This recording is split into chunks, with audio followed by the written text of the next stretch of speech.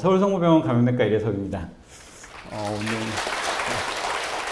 그 앞에 박성수 교수님 강의를 듣고 나니까요, 뭐 무슨 약을 파시는지 좀 사고 싶은 생각이 막 들거든요. 너무 강의를 잘해 주셔가지고 계속 그 환자분들의 건강을 위해서 고기 많이 드시고 운동하시고 얘기하셨는데 하나 더 하셔야 됩니다.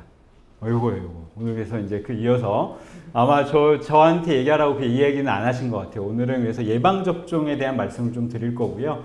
사실 시간이 좀 여유로우면 여러 이제 여기 계신 환자분들도 가족분들 굉장히 흥미롭게 좀 볼 수 있고 할 수 있는 이런 사례들도 있는데 오늘 시간이 좀 제약이 있어서 최근에 좀 변화가 된 백신을 중심으로 말씀을 좀 드리겠습니다.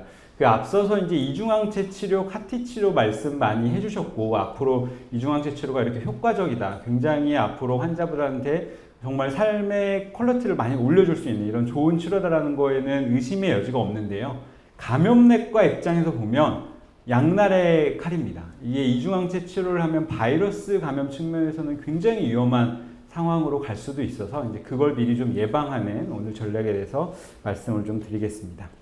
오늘 순서는 다음과 같이 말씀드리겠습니다.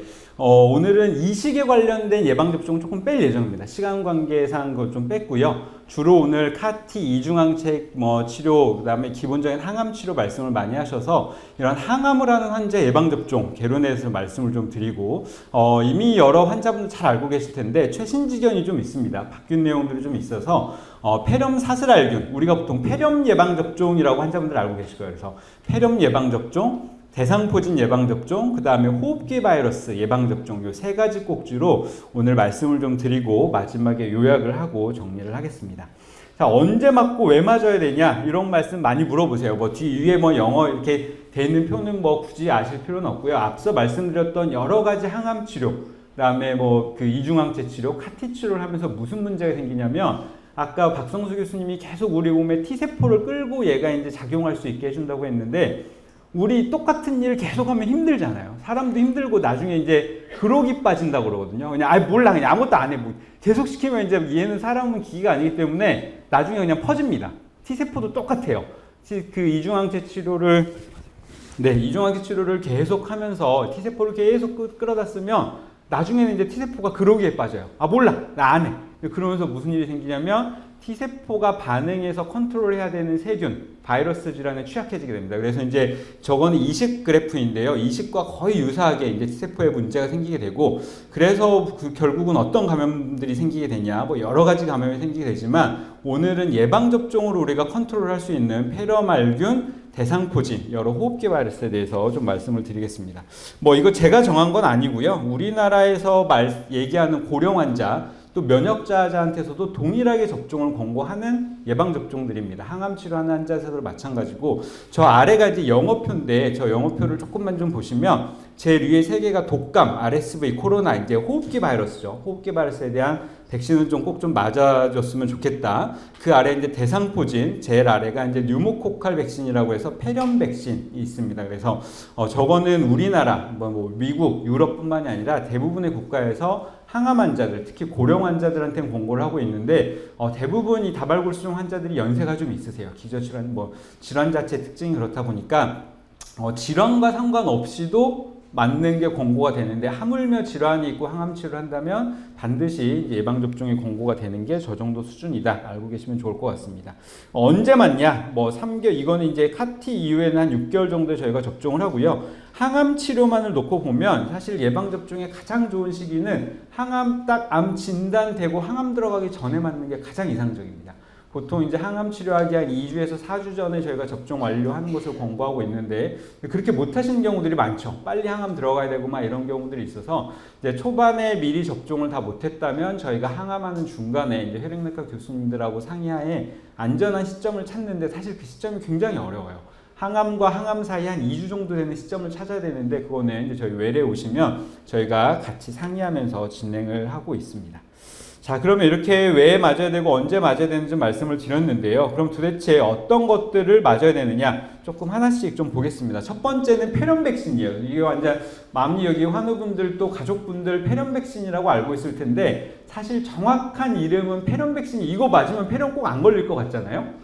근데 저희가 이거 맞아놓고 환자분들 폐렴으로 많이 오시거든요. 그럼 이제 감염내과 의사 회진 가면 저 선생님이 맞으라고 해서 폐렴 백신 돈 내고 맞았더니 왜 또 폐렴 걸렸냐고 저를 원망의 눈빛으로 쳐다봅니다. 근데 얘가 폐렴을 다 예방하는 건 아니고요. 저 폐렴 사스날균이라고 하는 게 폐렴의 가장 흔한 원인균인데 저걸 예방해 주는 거예요. 근데 이제 이게 가이드라인이 좀 바뀌었습니다.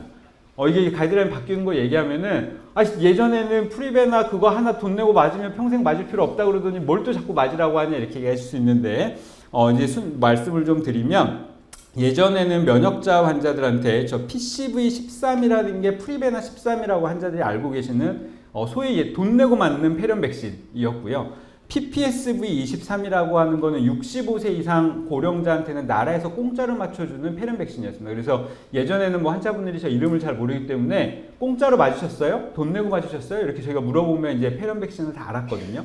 근데 이게 조금 종류가 많아졌습니다. 예전에는 이제 PCV13 프리베나밖에 없었는데 지금은 PCV15라고 해서 박스니반스라고 하는 약제가 이제 저희 기관에서도 쓰고 있고 지금은 PCV15를 저희 기관도 기본으로 접종을 하고 있습니다. 그래서 PCV15를 맞고 8주 정도 간격을 띄고 PPSV23, 프로디악스라고 하는 PPV23을 순차적으로 접종해서 폐렴 백신을 접종을 마쳤습니다. 이게 이제 가장 기본적인 면역자들의 기본 프로토콜인데 지금 로컬에 가셔서 보신 그 환자분들은 아시겠지만 PCV20이라는 게 나왔어요.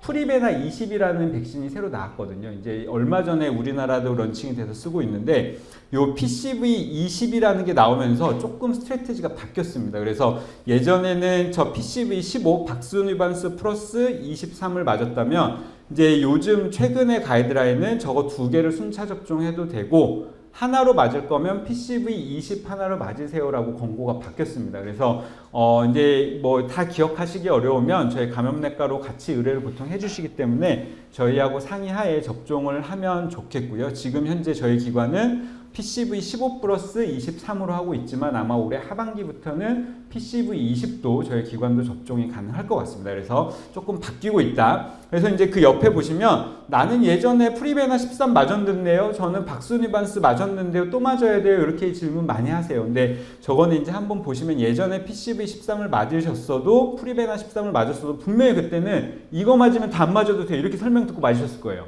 근데 맞았어도 맞아야 된다. PCV20을 한 번 정도 더 맞거나 PPSV23을 맞는데 현재 의학적인 권고 수준으로는 PCV20을 맞는 거를 조금 더 높은 권고 수준으로 얘기를 하고 있습니다. 그래서 폐렴 예방 접종도 좀 바뀌었다라는 부분이고요.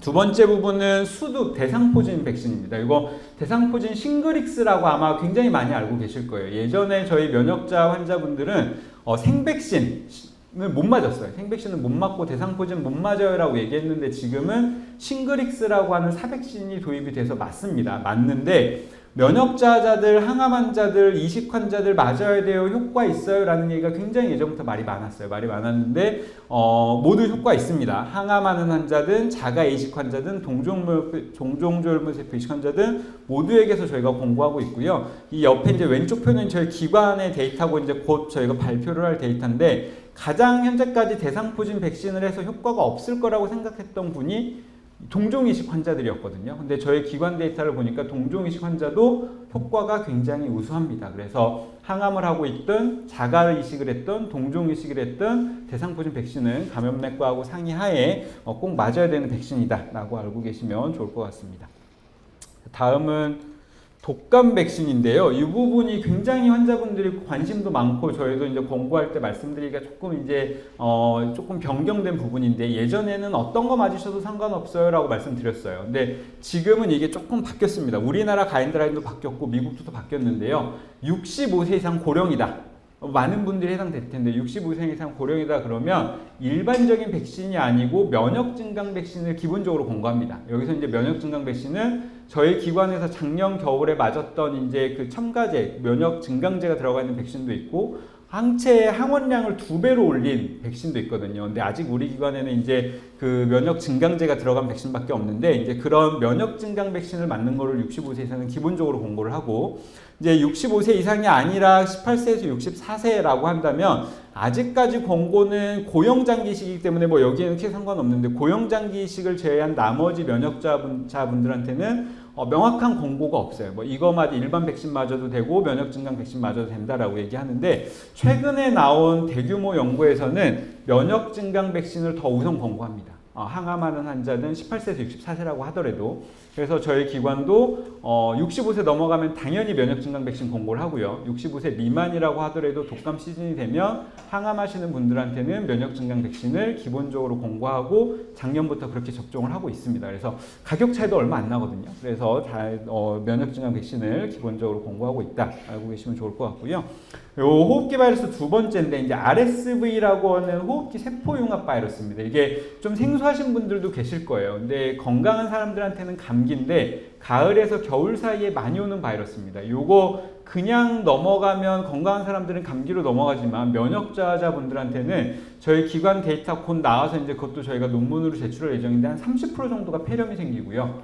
폐렴이 생긴 환자 한 25% 정도가 사망하십니다. 굉장히 위험해요. 그래서 일반 환자들하고는 완전히 다르다. 면역 정상인 분들하고는 완전히 달라서 저 호흡기 세포융합 바이러스 백신도 올해부터 우리나라에 도입이 됐습니다. 그래서 75세 이상은 기본적으로 저희가 강력하게 권고를 하고 60세 이상부터는 면역자라면 권고를 하고 있는데 최근 저희는 영어로 되어 있긴 한데 최근에 전문가 의견으로는 60세 미만이라 하더라도 고위험군 여기 계신 환자분들 같은 경우는 대부분 다 고위험군이에요. 고위험군에서는 저희가 기본적으로 권고를 합니다. 그래서 아마 올해 가을 넘어서부터는 저희 감염내과 같이 오시면 저 RSV 백신도 말씀을 드릴 거예요. 그래서 이 RSV 백신도 호흡기 동계 백신으로 맞아야 된다. 하지만 한 가지 허들은 꽤 비쌉니다.